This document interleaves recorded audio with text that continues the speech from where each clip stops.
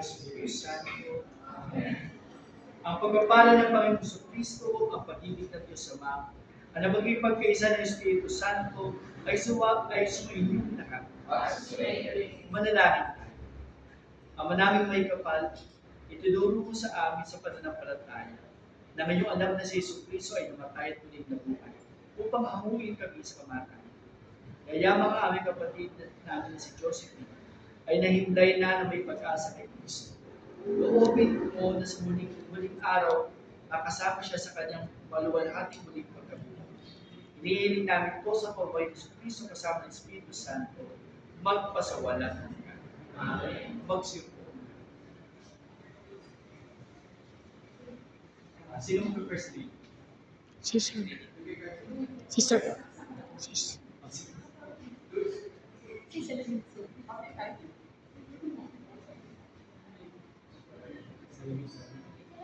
Salamin.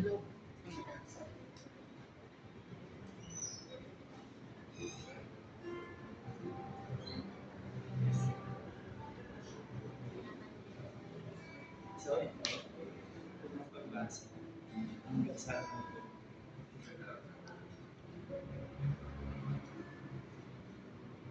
Unang pagbasa. Pagbasa mula sa sulat ni Apostol San Pablo sa mga taga-Roma. Mga kapatid, walang sino man sa atin ang nabubuhay o namamatay sa kanyang sarili lamang. Kung tayo'y nabubuhay tayo para sa Panginoon. At kung tayo'y namamatay tayo para sa Panginoon. Kaya nga, sa mabuhay o sa mamatay, tayo ay sa Panginoon. Sapagkat si Kristo ay namatay at muling nabuhay upang maging Panginoon ng mga patay at mga buhay. Tayong lahat ay haharap sa hukuman ng Diyos, sapagkat sinasabi sa kasulatan, sa aking pagiging Diyos, sabi ng Panginoon, isinusumpa ko ang bawat isa'y luluhod sa harapan ko, at ang bawat dilay magpupuri sa Diyos. Kaya't lahat tayo ay magbibigay sulit sa Diyos. Ito ang salita ng Diyos. salamat sa Diyos. Panginooy mananahan sa piling ng mga buhay. Panginoon mananahan sa piling ng mga buhay. Ikaw, bayan ng Israel, magtiwala sa Panginoon. Siya ang iyong sanggalang, laging handa na tumulong. Sa Panginoon ay magtiwala, kayong may takot sa Kanya, pagkat Siya ang tutulong at sa inyo'y mag-aadya. Panginoon mananahan sa piling ng mga buhay. Ang Diyos ay magpapala, hindi tayo lilimutin. Pagpapala'y matamo nitong bayan ng Israel. Sa lahat ng mayroong takot, Diyos din ang magpapala. Kung magpala'y pantay-pantay, maliit man o dakila. Panginoon mananahan sa piling ng mga buhay.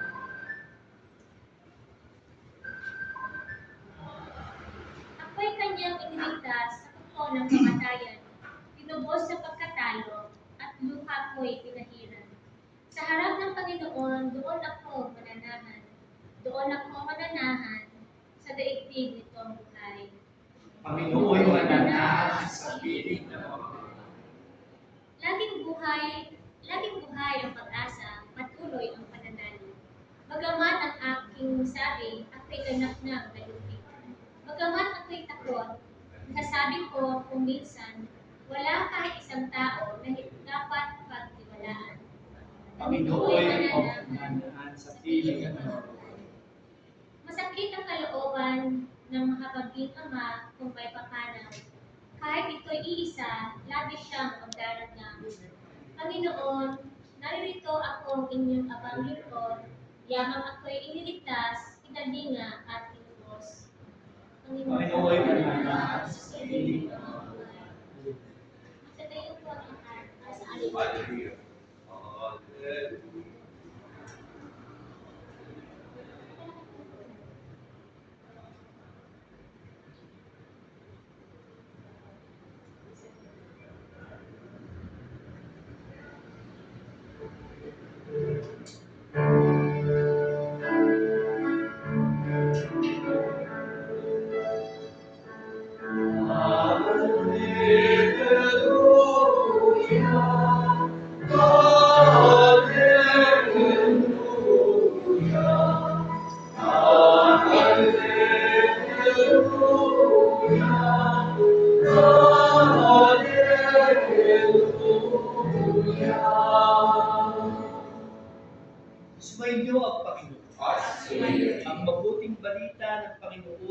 ayon kay San Juan.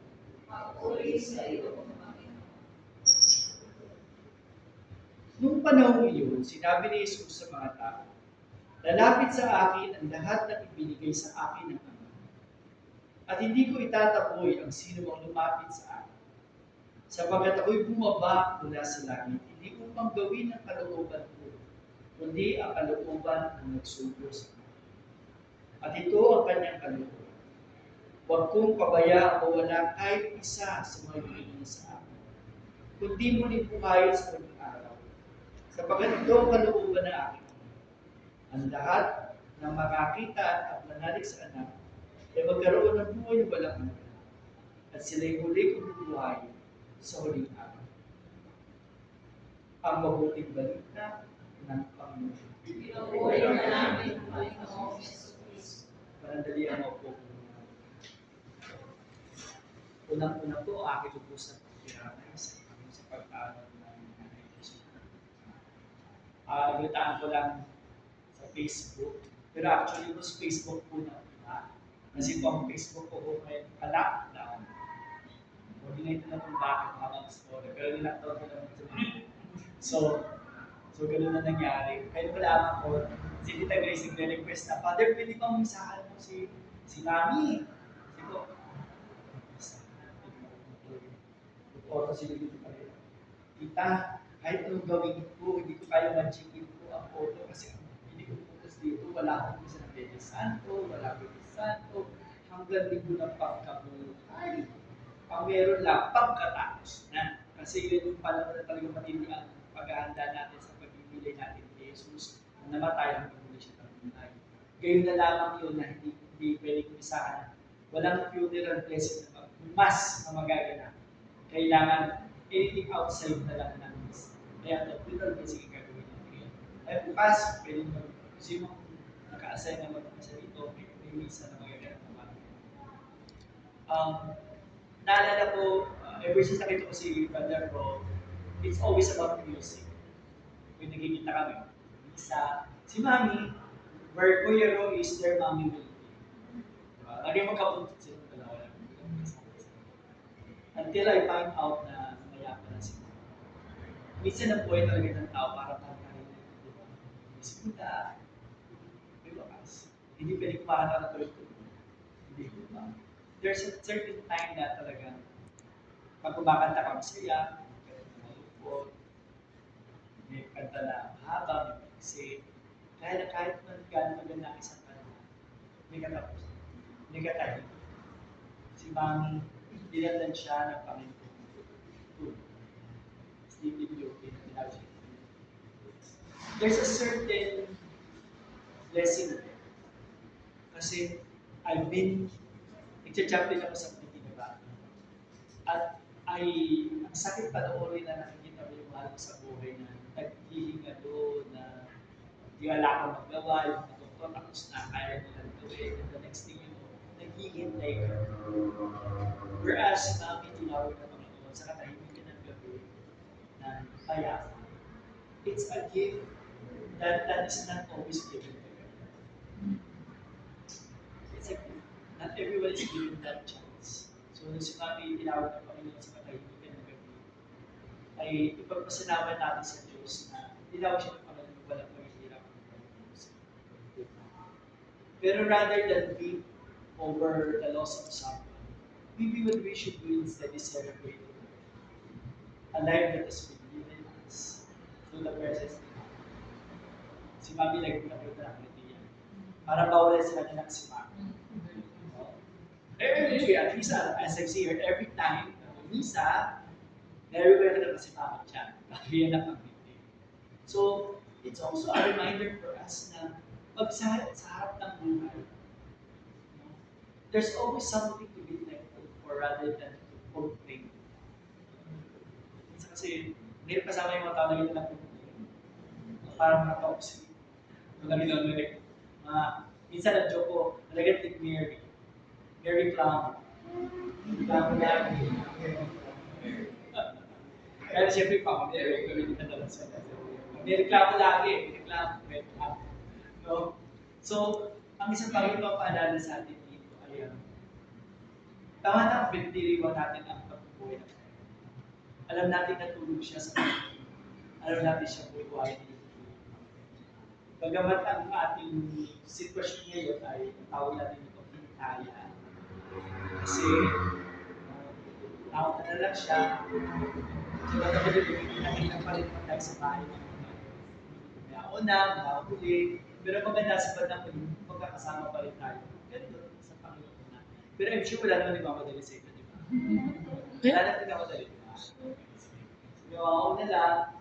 Pero, yun ang maganda na. Siguro yung pagkabuhay, natin kasama pa rin tayo sa Panginoon. Kaya, tanong lang is, nakilord ba tayo? So, huwag natin iiwanan sila. Kasi, the feeling ni Lord is always the best news.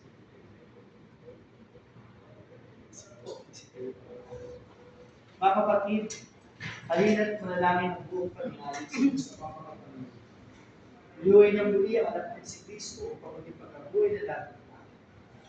Nung binyagan ng aming kapatid na si Josephine, sa kanyang pinunlabing hihit ng buhay o walang hanggan.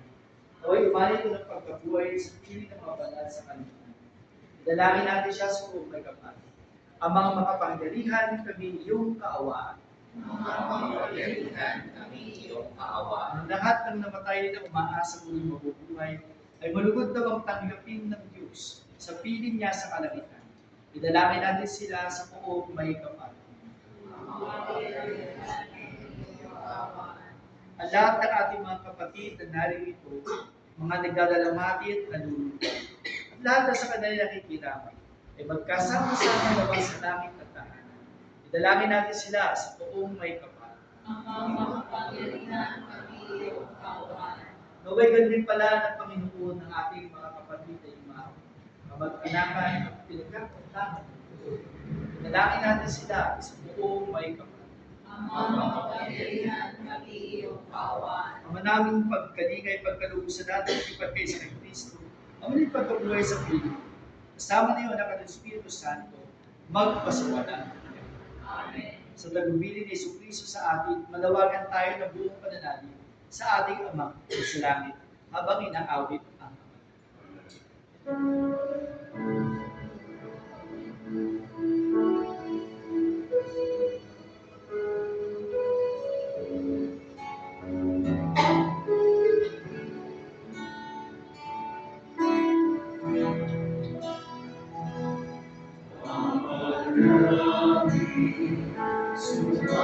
Sumasalangit dyan sa langit, ang ngalan mo magpasalangit, ang kaharian mo sundin, ang buong mo dito sa lupa para lang sa langit. Ibigyan mo kami ngayon ang aming kalagayan sa araw-araw, at patawarin mo kami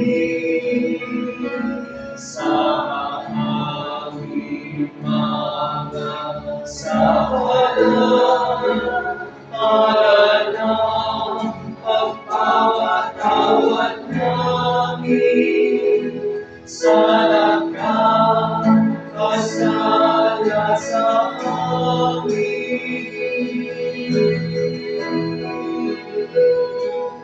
At huwag mo kaming ipahintulot sa tukso,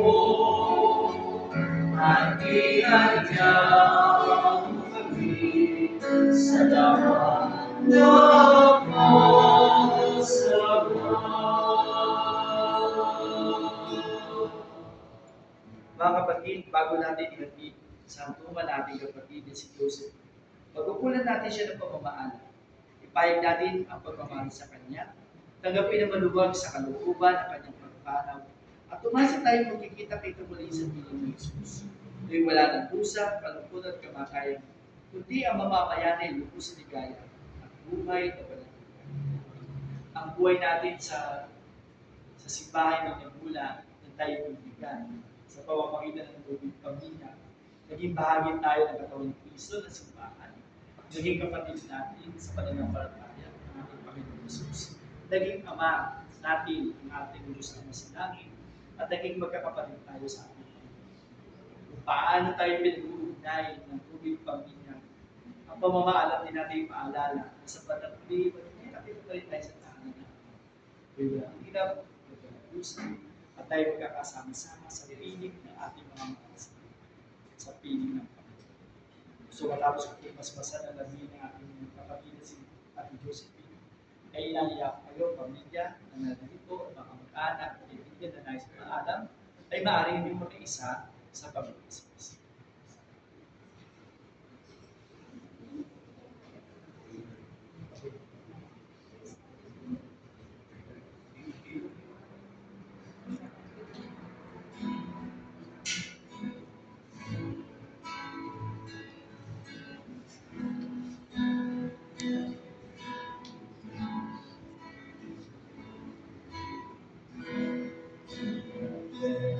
Your hearts be troubled, do not stay afraid. This freely I whom you see, I offer you now my peace. I have waited for this moment to be with you again. In your heart I remain, in your heart I'll stay. I am with you till the end of your days. I am in you. Have faith that I hold you, even when you let go. And I love you, you must know. I am weak, I am never with you.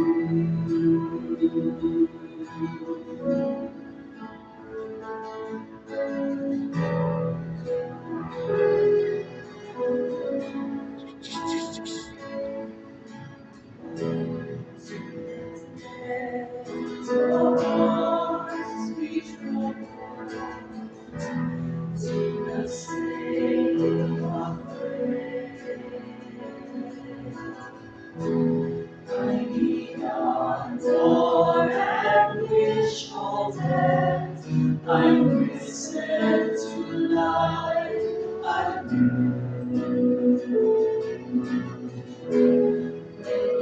feel that you've been empty and you live no more. Know that I am your breath, and I feel your soul.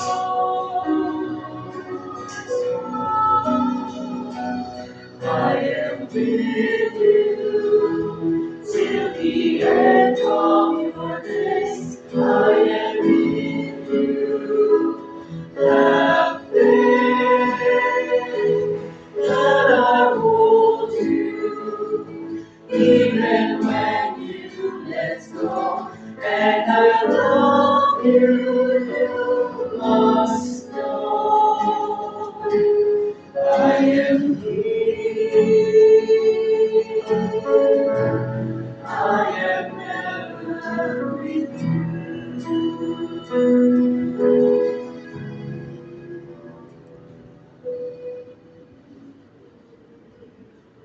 Mga anghel, mga banal, tara na sa kalangitan. Halika kayo at samahan Ang hiliw namin pumanaw sa piling ng poong mahal. Ulit natin. Ang hiliw namin pumanaw sa piling ng poong mahal. Si Kristo ang mag-aakay sa kanluran ni Abraham upang doon ay huminday. Ang hiliw namin pumanaw sa piling ng poong mahal. Sa ilaw na walang hanggan, kapayapaan kailan may pagkamping ng may kapal. Ang hiliw namin pumanaw sa piling ng poong mahal. Ama naming mapagmahal, inihahabili namin si Joseph na pumanaw na sa buhay na ito. Huwag mo siyang pababayaan at pamalagin mo siyang buhay sa iyo. Alang-alang sa iyong awa at pag-ibig. Matuwari mo na sana ang kanyang mga pagkukulang at nagawang pagkakasama. Dala ng kanyang kahinaan. Manatili nawa siyang maligaya sa iyong piling. Kasama na iyong anak ng Espiritu Santo, magpasawalan. Amen. Paalam sa iyo, kapatid na pumanaw. Papasapiling ka naman ang buong may kapal. At ang kapalan ng Diyos ay parunin mo sa ngalan ng Ama, ng Anak, at ng Espiritu Santo. Sa paraiso'y magkikita kita muli tayo. Samahan ka ng mga santo. Kahit na may nauna, tayo rin ay magsasama-sama upang lagi tayo bibigaya sa piling ng Diyos